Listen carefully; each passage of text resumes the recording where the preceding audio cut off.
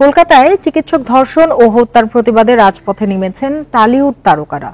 আমরা তিলোত্তমা নামে একটি মঞ্চের ডাকা মহামিছিল শুরু হয় কলকাতার কলেজ স্কোয়ার থেকে, শেষ হয় ধর্মতলায়। রোববার স্থানীয় সময় দুপুর ৩টায় কলেজ স্কোয়ারে জড়ো হন টালিউড তারকারা। প্রিয় নম্বর সেট করে বিকাশে সেন্ড মানি করুন ফ্রি। পাশাপাশি মিছিলে অংশ নেন নানা শ্রেণী পেশার মানুষও। উই ওয়ান্ট জাস্টিস বা বিচার চাই স্লোগানে মুখরিত ছিল রাজপথ। অংশ নেন অপর্ণা সেন, স্বস্তিকা মুখোপাধ্যায়, সোহানী সরকার, চৈতি ঘোষাল, সুদীপ্তা চক্রবর্তী সহ বেশ কয়েকজন টালিউড তারকা।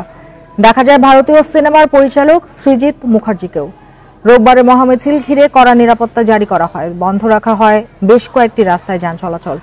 ৯ আগস্ট কলকাতার আরজিকর হাসপাতাল থেকে উদ্ধার হয় এক চিকিৎসকের মরদেহ। তাকে ধর্ষণ ও হত্যার অভিযোগ উঠেছে। এরপর থেকেই চলছে আন্দোলন।